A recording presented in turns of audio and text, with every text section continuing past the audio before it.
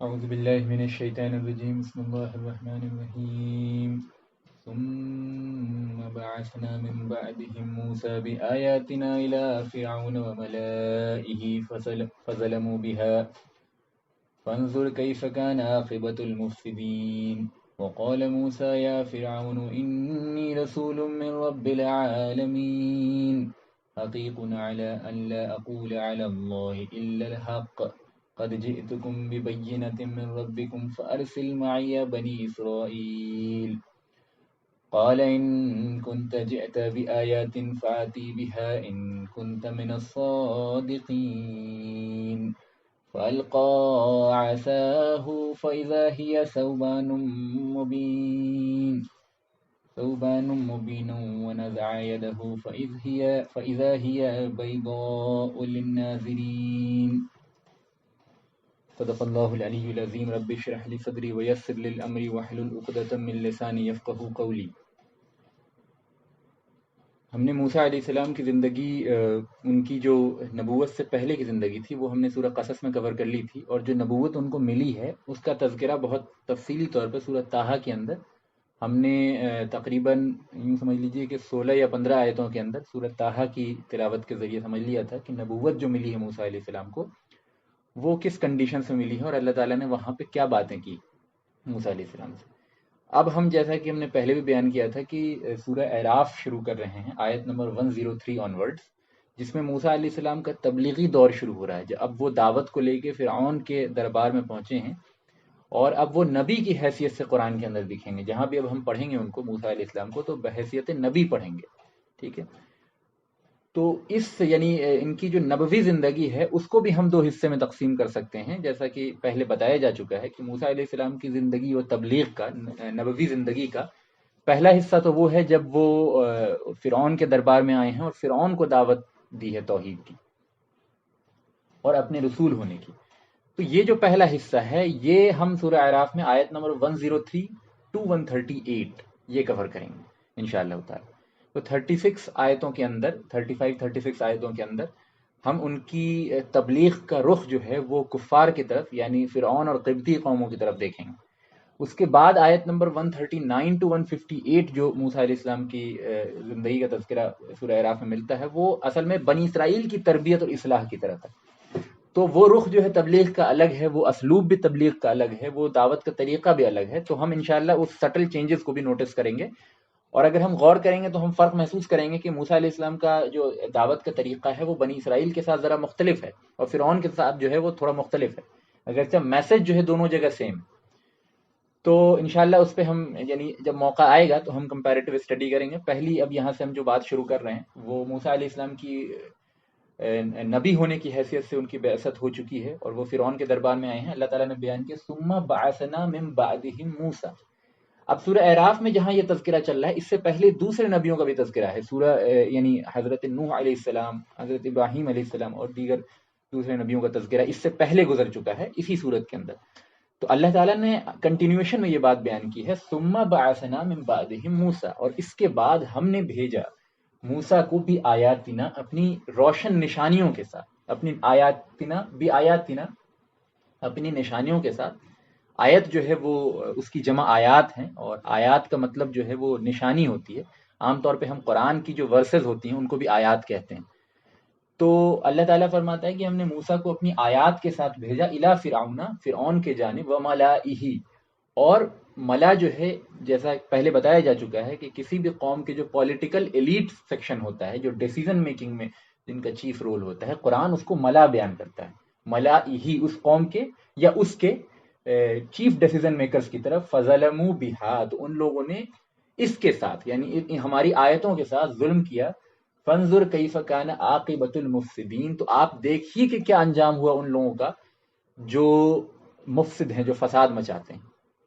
کئی ٹرمینالوجیز یہاں پہ آ گئی ہیں ہمارے سامنے، انشاءاللہ اس کو بھی سمجھتے چلیں گے۔ ایک اور خاص بات ہے جو سمجھ لیجئے کہ جو قرآن ٹرمینالوجیز استعمال کرتا ہے وہ اپنے آپ میں ایک وسیع مفہوم رکھتی ہیں، یعنی صرف ہم اگر لغوی اعتبار سے چیزوں کو سمجھ لیں، لٹرل اعتبار سے، عربی زبان کے اعتبار سے سمجھیں تو پورا مفہوم جو ہے وہ اس طرح سے کلیئر نہیں ہوگا۔ اور پھر ایک فرق یہ بھی ہے کہ چونکہ ہمارے ہاں اردو میں بعض الفاظ جو ہیں وہ بول چال میں استعمال کیے جاتے ہیں تو وہ یعنی عربی لغت کے کمپیریزن میں محدود ہوتے ہیں بعض معنوں میں، کیونکہ ظاہر ہے کہ وہ زبان جتنی پرانی ہوتی ہے تو اتنا اس کے الفاظ میں وسعت پیدا ہوتی جاتی ہے۔ تو اردو میں جیسے ظلم، جیسے ایک ورڈ آیا ہے یہاں پہ، سب سے پہلے تو پہلا ورڈ آیا ہے بھی آیاتنا، ہماری آیتیں، ہماری آیتوں کے ساتھ۔ تو آیت جو ہے عام طور پہ ہم اس سے مراد ورسز لیتے ہیں، لیکن آیت سے مراد ہر وہ چیز ہے جو اللہ تعالیٰ کی طرف نشاندہی کرتی ہو، اللہ تعالیٰ کی نشانی۔ تو اس اعتبار سے چاند بھی آیت ہے اللہ کی، سورج بھی اللہ کی آیت ہے، ٹھیک ہے، ستارے بھی اللہ کی آیت ہیں، بارش کا ہونا، جتنے نیچرل پروسیسز ہیں، پیڑ کا اگنا، انسان کی خود کی پیدائش ہے نا، انسان کی زندگی کے واقعات، اس کی اندر کا جو اناٹومی ہے انسانی جسم کے اندر، پھر کائنات کی جو یعنی بہترین کائنات کے نیچرل فورسز ہیں، گریوٹی، الیکٹرو میگنیٹک فورسز، اور بھی جتنی چیزیں، ہر وہ شے جو اس بات کا احساس بندے کے دل میں پیدا کرنے کا پوٹینشیل رکھتی ہو کہ اس کا کوئی خالق ہے، اس کا کوئی پیدا کرنے والا ہے، وہ در حقیقت نشانی کے کیٹیگری میں آتی ہے، آیت کے کیٹیگری میں آتی ہے۔ قرآن مجید کی ورسز کو بھی آیت اس لیے کہا جاتا ہے کہ اصل میں یہ آیتیں نشاندہی کرتی ہیں، یہ ورسز نشاندہی کرتی ہیں اللہ رب العالمین کی طرف، تو اسی لیے ان کو بھی اللہ کی آیتیں کہا جاتا ہے۔ لیکن عمومی طور پہ قرآن میں جو آیت ورڈ استعمال ہوا ہے وہ ورسز آف قرآن کے معنی میں نہیں، بلکہ اللہ کی جو نشانیاں ہیں دنیا کے اندر اس کے سینس میں استعمال ہوا ہے۔ تو یہاں بھی اللہ تعالیٰ نے جب کہا کہ ہم نے موسیٰ علیہ السلام کو اپنی آیتوں کے ساتھ بھیجا ہے، تو اس سے مراد وہ آیتیں ہیں، وہ نشانیاں ہیں جو انسان کو کنوینس کر دے، جس کے اندر یہ پوٹینشیل ہو، یہ مادہ ہو کہ انسان اس کو دیکھ کے کنوینس ہو جائے کہ ہاں یہ اللہ کی طرف سے ہے، ہاں یہ اللہ کی بنائی ہوئی چیز ہے، یا یہ اس چیز کی نسبت اللہ کے ساتھ۔ تو یہ ایک بات ہو گئی۔ اس اعتبار سے اس براڈر مفہوم کو اگر ہم ذہن میں رکھتے ہیں تو انبیاء علیہ السلام کے معجزے جو ہوتے ہیں وہ بھی آیت کے ضمن میں آتے ہیں، آیت کی کیٹیگری میں آئیں گے کہ وہ بھی ایسی چیزیں، یعنی اللہ انبیاء کے جو معجزے ہوتے ہیں وہ بھی گویا کہ انسانی عقل اور انسانی جو نارمل قوانین ہیں نیچر کے، جس کو ہم سائنس کہتے ہیں، سائنٹیفک قانون، اس سے ماورا ہوتے ہیں، اس سے بلند ہوتے ہیں، ٹھیک ہے۔ عام قاعدہ یہ ہے کہ بھائی آگ جو ہے جلائے گی، لیکن ابراہیم علیہ السلام کو اللہ تعالیٰ نے اس آگ میں ڈالے جانے کے باوجود جو ہے وہ محفوظ رکھ لیا۔ تو آگ کا جلانا جو ہے یہ صفت بھی اللہ کی ڈالی ہوئی ہے، اور اللہ کا بنایا ہوا یہ نیچرل قانون ہے کہ آگ کے اندر اگر کوئی جائے گا تو جل کے راکھ ہو جائے گا، یہ نیچرل قانون ہے، ٹھیک ہے۔ یہ قانون کسی آرگنائزیشن کا یا کسی سائنس کا بنایا ہوا نہیں ہے، سائنس اس کی اسٹڈی کرتی ہے، لیکن قانون تو بنایا ہوا اللہ کا ہی۔ لیکن اس قانون کے خلاف ورزی ہو جائے، اس نیچرل قانون کے خلاف ورزی ہو جائے انبیاء کی صداقت کو ثابت کرنے کے لیے، تو اس کو کہتے ہیں معجزہ، کیونکہ حقیقت میں آگ کا جلانا بھی معجزہ ہی ہے۔ اگر آپ دیکھیں تو آگ کے اندر جلانے کی صفت بھی اللہ کی طرف سے رکھی گئی، لیکن انسانی عقل جو ہے، انسانی ذہن جو ہے، وہ جس چیز کا عادی ہو جاتا ہے اس پہ غور نہیں کرتا۔ تو اللہ تعالیٰ اس ذہن کی اس کیفیت کو سمجھتے ہوئے بعض دفعہ اپنے ہی قانون کو توڑتا ہے انبیاء علیہ السلام کی صداقت کو ثابت کرنے کے لیے، تاکہ یہ عام ذہنوں پہ واضح ہو جائے کہ یہ چیز جو ہے اور یہ شخصیت جو ہے وہ اللہ کی طرف سے ہے۔ تو اس کو معجزہ کہتے ہیں، اور معجزہ بھی اللہ کی آیتوں میں سے ایک آیت ہے، ٹھیک ہے۔ تو آیت جب ہم بات کرتے ہیں، قرآن مجید جب ورڈ آیت استعمال کرتا ہے تو بہت براڈر سینس میں استعمال کرتا ہے۔ ان براڈ سینسز میں سے ایک میننگ آیت کا یہ ہے جو ہم ورس کے طور پہ قرآن میں پڑھتے ہیں، ایک میننگ یہ ہے جو معجزات ہوتے ہیں انبیاء علیہ السلام کے، اور ایک میننگ وہ ہے جو نیچرل پروسیسز اور نیچرل چیزیں جو ہمارے آس پاس ہیں، سورج، چاند، ستارے، پیڑ پودے، انسان کی خود کی اناٹومی، خود یعنی بایولوجیکل آپ اسٹڈی کریں، انسیکٹس کا جو معاملہ ہے اور جو جانوروں کا آپس کا معاملہ ہے، پھر پورا ایکو سسٹم ہے، پورا ایکولوجیکل بیلنس ہے، یہ تمام چیزیں جو ہیں وہ اللہ کی آیت ہیں، اللہ کی نشانی، ٹھیک ہے۔ تو یہ جب قرآن آیت استعمال کرتا ہے تو ان تمام مفہوم کو کور کرتا ہے۔ ان میں سے کسی خاص کی طرف اگر اشارہ کرنا ہوتا ہے تو وہ کانٹیکسٹ سے سمجھنا پڑتا ہے، ٹھیک ہے۔ اب میں سمجھتا ہوں یہ پوائنٹ ذرا کلیئر ہو گیا ہے۔ ثم بعثنا من بعدهم موسیٰ، پھر ہم نے ان کے جانب موسیٰ کو بھیجا بھی آیاتنا، اپنی آیتوں کے ساتھ، الی فرعون و ملائہ، فرعون اور اس کے درباریوں یا اس کے جو ڈیسیزن پولیٹیکل ایلیٹ ہیں ان کے طرف۔ اب یہاں پہ اللہ تعالیٰ نے فرمایا ہے کہ ہم نے موسیٰ کو اپنی آیات کے ساتھ بھیجا، تو اب ایک چیز تو سمجھ لیجئے عقلی طور پہ بھی کہ اس سے مراد وہ آیات نہیں ہے جو نیچرل طور پہ ہوتی ہیں، کیوں؟ کیونکہ ظاہر ہے چاند سورج لے کے تو نہیں موسیٰ علیہ السلام آئے ہوں گے اپنے ساتھ، یا موسیٰ علیہ السلام ستارے اور پیڑ پودے کے میکینزم کو لے کے تو ساتھ میں نہیں آئے ہوں گے، ظاہر سی بات ہے نا۔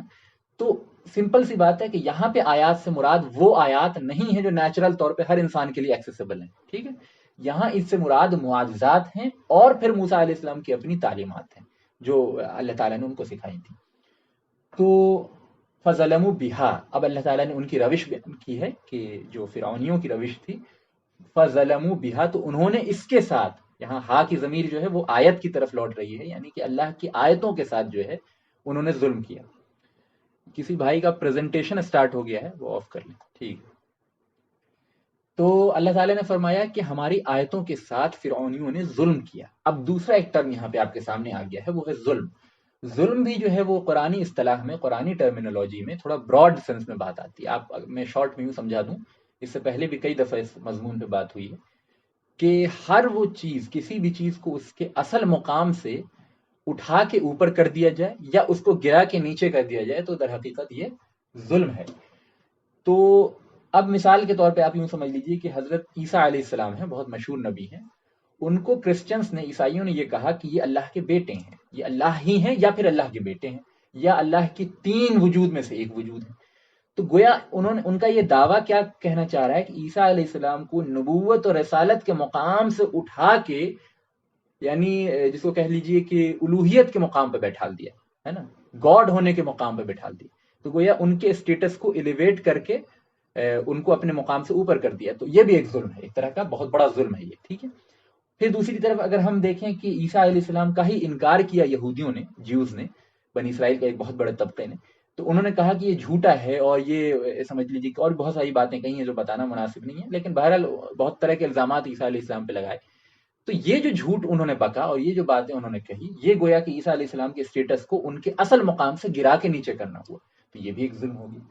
تو ہر چیز کا جو اصل مقام ہوتا ہے اس کو اس کے مقام سے اوپر کر دینا، اس کو اس کے وقار سے، اس کی قدر سے اوپر کر دینا، یا اس کو اس کی قدر اور اس کے مقام سے نیچے کر دینا، یہ دونوں چیز جو ہے وہ ظلم کے کیٹیگری میں آتی ہے. ہمارے ہاں اردو زبان میں جب ظلم بولا جاتا ہے تو عام طور پہ وہ حقوق العباد کے تعلق سے بولا جاتا ہے. مثال کے طور پہ آپ نے کسی کی حق تلفی کر لی، آپ نے کسی کا پیسہ مار لیا، تو اس کو ظلم کہا جاتا ہے.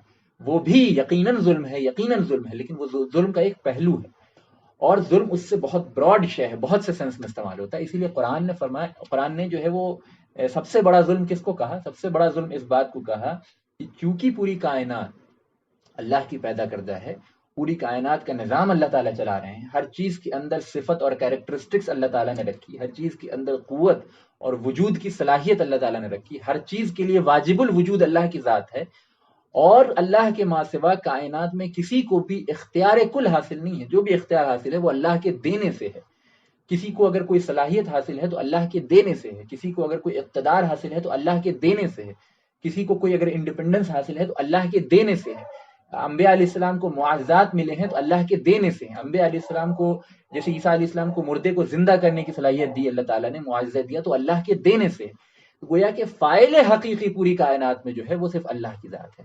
اب اللہ کے ماں سوا اگر کسی اور کی عبادت کی جائے، کسی اور سے دعائیں مانگی جائے، کسی اور کے آگے سجدے کیے جائیں، کسی اور کی قبور پہ چادر چڑھائی جائے، اور کسی اور سے نیاز مندی کی جائے، کسی اور کے آگے ہاتھ پھیلایا جائے، تو پھر یہ معاملہ کیا ہے کہ اللہ کو اس کے مقام سے نیچے کر دینا ہے، اور اللہ کے بندوں سے کو جن سے مانگی جا رہی ہے دعا، ان کو ان کے مقام سے اوپر کرنا ہے.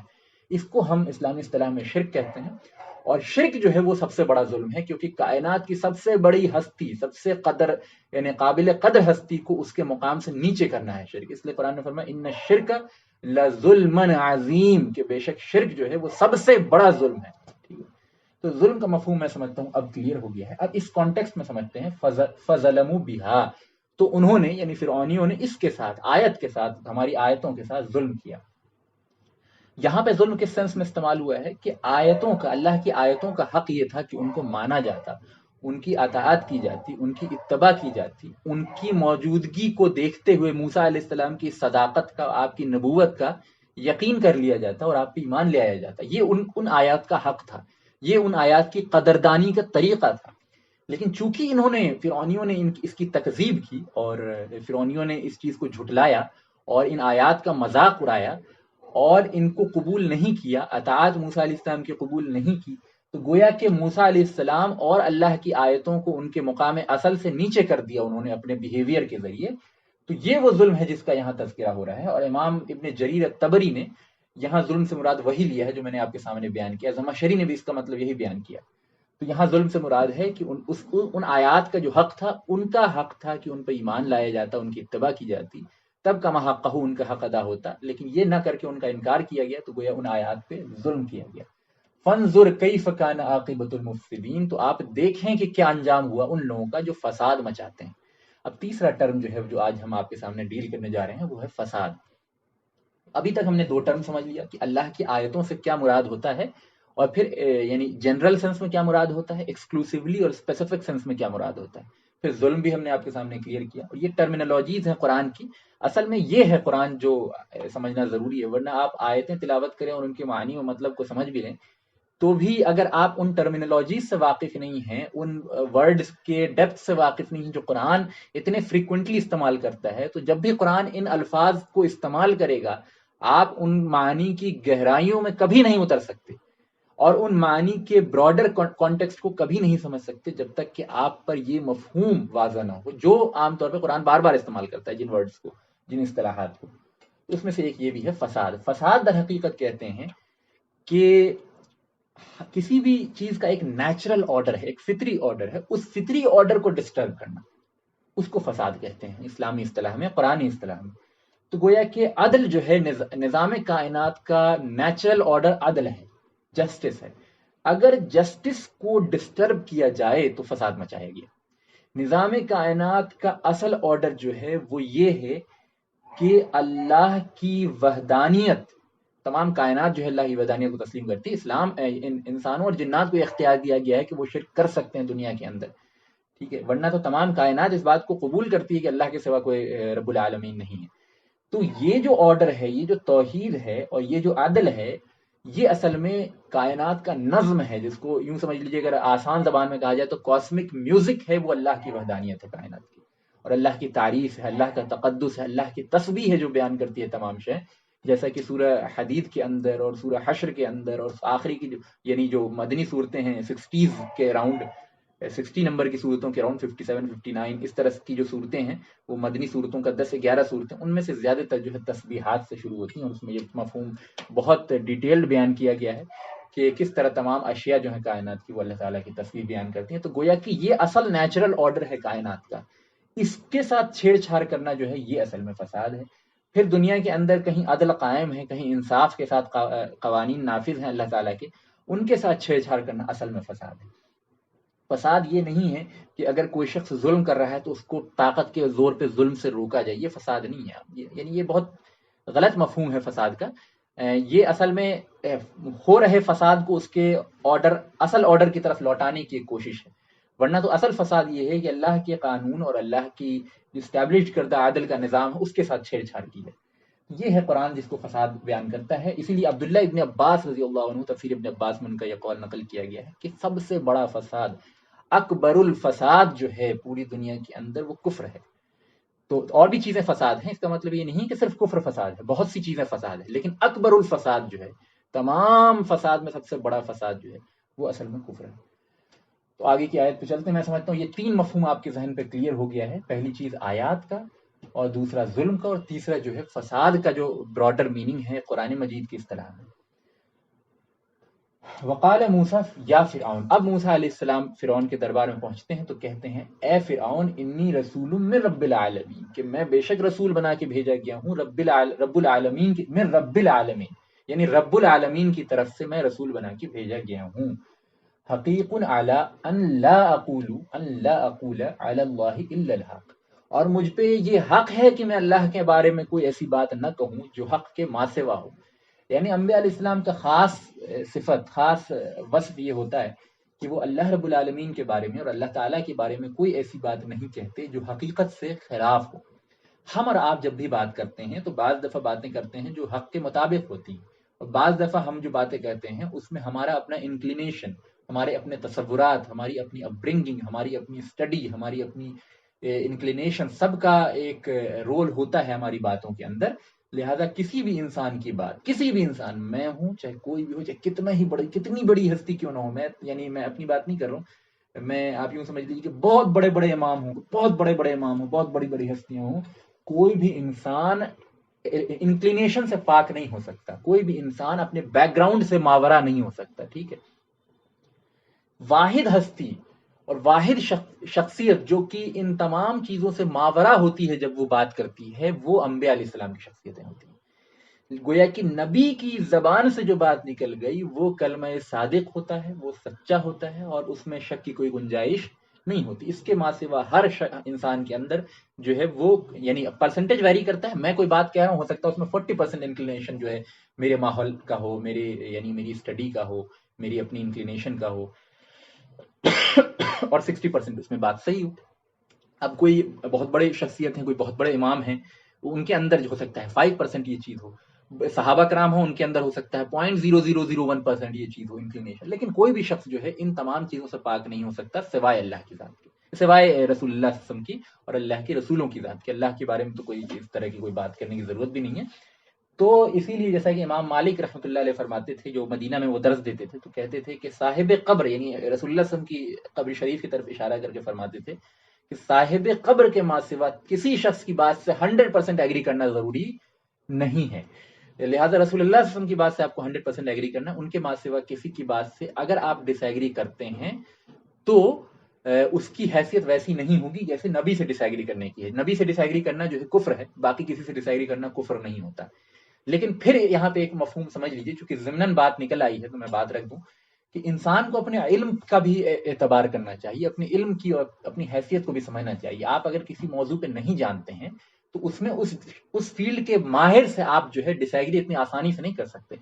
مثال کے طور پر مجھے میڈیکل سائنس کے بارے میں زیادہ انفارمیشن نہیں ہے نا، بیماریوں کیسے کام کرتی ہیں اور جو انسان کی باڈی کس طرح کام کرتی ہے، مجھے زیادہ جانکاری نہیں، اور میں ڈاکٹر کے پاس جا کے بحث کرنے لگوں کہ نہیں آپ کی یہ بات صحیح نہیں ہے، آپ کی بات میں دلیل نہیں ہے، تو اصل میں یہ کیا ہوگا کہ مجھے بیوقوف سمجھے گا ڈاکٹر، مجھے دلیل بھی صحیح سے نہیں دے گا۔ کیوں نہیں دے گا؟ کیونکہ وہ جانتا ہے کہ I am not qualified enough to understand his logic, I am not qualified enough to understand the point he is trying to make, ٹھیک ہے؟ تو ضرورت اس بات کی ہے کہ ہم اپنے علم کے لیول کو بھی پہچانیں۔ اگر آپ کہتے ہیں کہ رسول کے علاوہ کسی اور سے ڈس ایگری کرنا جائز ہے تو یہ بات اصولاً تو صحیح ہے، لیکن اگر آپ امام مالک اور ابو حنیفہ اور ابن تیمیہ اور امام شافعی اور احمد ابن حنبل اور امام بخاری اور امام مسلم سے ڈس ایگری کرنا چاہتے ہیں تو کم سے کم علم کا وہ اپنے اندر معیار پیدا کیجیے کہ آپ اس لیول پہ پہنچ کے ڈس ایگری کریں، ٹھیک ہے؟ ایسے نہیں ڈس ایگری کریں کہ بس نہیں مجھے تو جو چیز آسان لگ رہی ہے تو اس میں ڈس ایگری کر جا رہا ہوں، نہیں ایسا نہیں ہوتا۔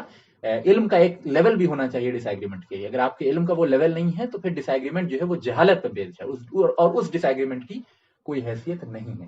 تو یہاں پہ ایک ضمناً ایک بات نکل آئی تو میں نے آپ کے سامنے رکھ دی، انی رسول میں رب العالمین، کہ میں اللہ کی طرف سے رب العالمین کی طرف سے رسول بنا کے بھیجا گیا ہوں، حقیق علی ان لا اقول علی اللہ الا الحق، اور مجھ پہ یہ حق ہے کہ میں اللہ کے سوا، اللہ کے بارے میں کوئی ایسی بات نہ کہوں جو حق کے ماں سوا ہو۔ قد جئتکم ببینۃ من ربکم، تو میں آ گیا ہوں تمہارے پاس لے کر اپنے رب کی طرف سے واضح بینات۔ فارسل معیہ بنی اسرائیل، تو بنی اسرائیل کو اے فرعون تو میرے ساتھ روانہ کر دے، میرے ساتھ جو ہے بنی اسرائیل کو جانے کی اجازت دیتے۔ اب یہاں پہ ایک اور ٹرم آپ کے سامنے آ گیا، بینات۔ بینات جو ہے وہ کہتے ہیں ہر وہ چیز جو انبیاء کے میسج کو کلیریفائی کرتی ہو، یعنی انبیاء کی میسج کی صداقت اور اس کی کلیئرٹی کو لوگوں کے ذہن پہ واضح کر دے، اس کو بینات کہتے ہیں۔ یا کسی بھی دعوت حق کو، ہر وہ چیز جو دعوت حق کو اور حق بات کو واضح کرنے میں مددگار ہو، اس کو بینات کہتے ہیں۔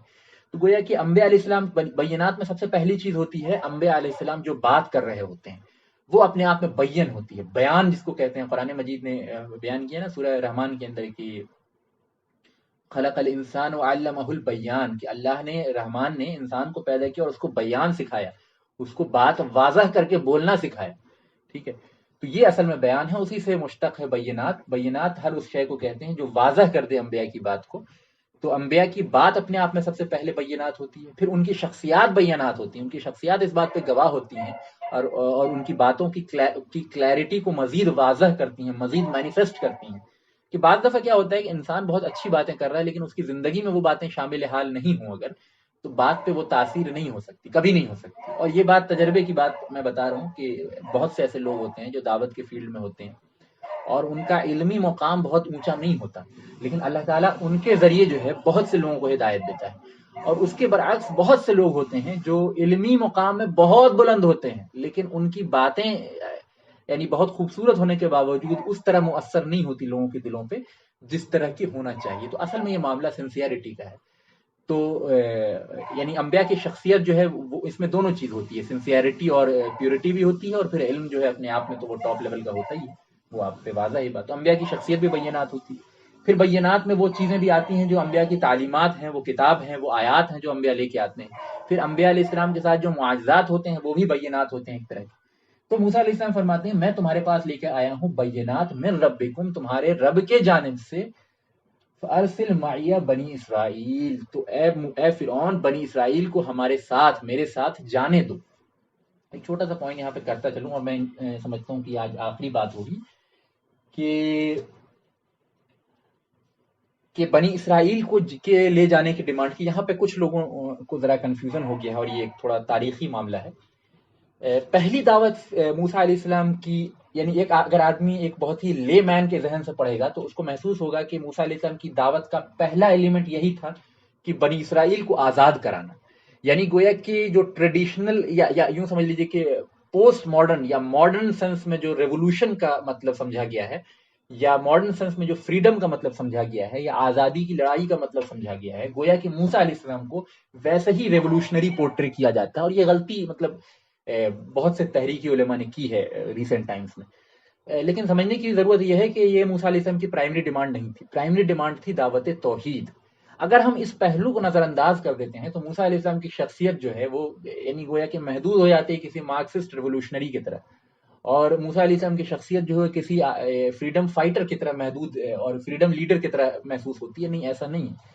موسیٰ علیہ السلام کی شخصیت اور موسیٰ علیہ السلام کی دعوت کا اولین تقاضا آزادی نہیں تھی بنی اسرائیل کی، بلکہ دعوت توحید تھی جو وہ فرعون کے پاس لے کے آئے تھے. اگر اس معاملے کو آپ نہیں سمجھتے، اور یہی نہیں پورے قرآن مجید اور اسلام کے بہت سے احکامات آپ پہ مبہم ہو جائیں گے، ان کلیئر ہو جائیں گے، اگر آپ اس بات کو نہیں سمجھیں کہ تمام دعوت اور تمام جو کال ہوتے ہیں انبیاء علیہ السلام کے، ان کا مقصد اولین توحید ہوتا ہے. دوسرے مقصد سیکنڈری، سب آزادی وغیرہ سب بہت امپورٹنٹ ہے لیکن سیکنڈری ہے. ٹھیک ہے. اور یہ کہ حکومت اور یہ ساری چیزیں جو ہے امپورٹنٹ ہے بہت، لیکن وہ سیکنڈری ہیں. پرائمری چیز یہ ہوتی ہے کہ توحید کی دعوت کی قبولیت. اس کے ماں سوا کوئی چیز پرائمری نہیں ہوتی، کیونکہ یہی چیز ہے جو انسان کو جنت و جہنم کا فیصلہ کرے گی قیامت کے دن. تو اس کے ماں سوا جو چیزیں ہیں وہ سب اس کے تابع ہیں. تو اگر ہم اس مضمون کو نہیں سمجھتے کہ توحید جو ہے دین کا اصل ہے، اور تمام انبیاء علیہ السلام کی دعوت کا اصل جو مرکز ہے، مرکزی مضمون توحید ہے، تو پھر بہت غلط قیاسات جو ہے قرآن میں انسان کر دیتا ہے. بہت اچھے سمجھدار قسم کے لوگوں نے غلطی کی ہے، اور ایسے لوگوں نے بھی غلطی کی ہے جن سے میں بہت زیادہ متاثر ہوں. یعنی میں ان کی تفاسیر پڑھتا ہوں اور ان کے علم سے بہت فائدہ استفادہ حاصل کرتا ہوں، لیکن انہوں نے بھی یہاں پہ اس مقام پہ غلطی کی ہے. انہوں نے سمجھا کہ موسیٰ علیہ السلام کی دعوت کی اصل جو ہے وہ اصل میں وہ بنی اسرائیل کی آزادی تھی. نہیں، اصل دعوت کی اصل تھی فرعون کو توحید کی دعوت دینا، اور فرعونیوں کو اور بنی اسرائیل کو توحید کی دعوت دینا، اور پھر بنی اسرائیل کو آزاد کرانا. سیکنڈری چیز تھی. تو یہ انشاءاللہ آگے مزید واضح ہوگا جب یہ پوائنٹ آئے گا. تبھی موسیٰ علیہ السلام نے سب سے پہلے اپنے رب کی تذکرہ کیا اور اپنے آپ کو رب کی طرف منسوب کیا، اور پھر واضح نشانیوں کا تذکرہ کیا، بینات کا تذکرہ کیا، آیات کا تذکرہ کیا. من ربکم، تم سب کے رب کی طرف سے. یہ اس میں اشارات ہیں کہ فرعون کو بھی دعوت توحید ہی دی جا رہی تھی. اور دوسرے مقامات پہ ہم دیکھتے ہیں، جیسا کہ سورہ ہود کے اندر بھی ہم دیکھتے ہیں، سورہ یونس کے اندر دیکھتے ہیں، سورہ شعراء کے اندر دیکھتے ہیں، تو مزید یہ مضمون جو ہے کلیئر ہوگا کہ اصل جو تھا وہ دعوت توحید تھا. اصل بنی اسرائیل کی آزادی نہیں تھی، وہ سیکنڈری پوائنٹ تھا. تو یہ ایک ذرا تھیولوجیکل ڈسکشن تھا جو یعنی بہت سے لوگ اس معاملے میں غلط آرا رکھتے ہیں، تو میں نے آپ کے سامنے یہ بات واضح کر دی کہ فارسل معیہ بنی اسرائیل، تو بنی اسرائیل کو میرے ساتھ جانے دو. تو اب یہاں پہ یہ موسیٰ علیہ السلام نے اپنی بات رکھ دی آیت نمبر 105 کے اندر. اور فرعون اب اس کے بعد یہ ڈیمانڈ کرے گا کہ اگر تم جو سائنس لے کے آئے ہو، قال ان کنت جئت بآیاتی فاتی بہا ان کنت من الصادقین، تو جو بھی نشانیاں تم لے کے آئے ہو اس کو سامنے رکھو اگر تم جو ہے سچے ہو. تو اس پہ انشاءاللہ تفصیلی گفتگو نیکسٹ سنڈے کو سیم ٹائم پہ ہوگی، آیت نمبر 106 آنورڈز. آج ہم نے 103، 104، 105 پڑھا. 103 کے اندر 3 امپورٹنٹ ٹرمز ہم نے سمجھے: اللہ کی آیات، کا مطلب کیا ہوتا ہے، ظلم کا مطلب کیا ہوتا ہے اسلامی اور قرآنی اصطلاح میں، اور مفسدین سے مراد کیا ہوتا ہے، فساد سے مراد کیا ہوتا ہے۔ پھر ہم نے بینات کا مطلب سمجھا، اور ہم نے یہ سمجھا کہ موسیٰ علیہ السلام اور تمام انبیاء کی دعوت کا اصل جو ہے وہ توحید تھی۔ اس پہ میں انشاءاللہ اپنی بات کو ختم کرتا ہوں۔ اللہ تعالیٰ سے دعا ہے کہ جو بھی بات ہم نے کی اس کو اللہ تعالیٰ درجہ قبولیت عطا فرمائے، اور ہم سب کو اس پہ عمل کی توفیق عطا فرمائے۔ اب میں انشاءاللہ یہاں پہ 1-2 منٹ ویٹ کروں گا کہ آپ میں سے جن کو جو سوالات ہوں وہ سوال رکھ لیں، یا کسی بھائی کو کوئی چیز میری بات میں ایڈ کرنی ہو وہ اپنی بات رکھ لیں۔ وآخر الدعوانا وان الحمد للہ رب العالمین۔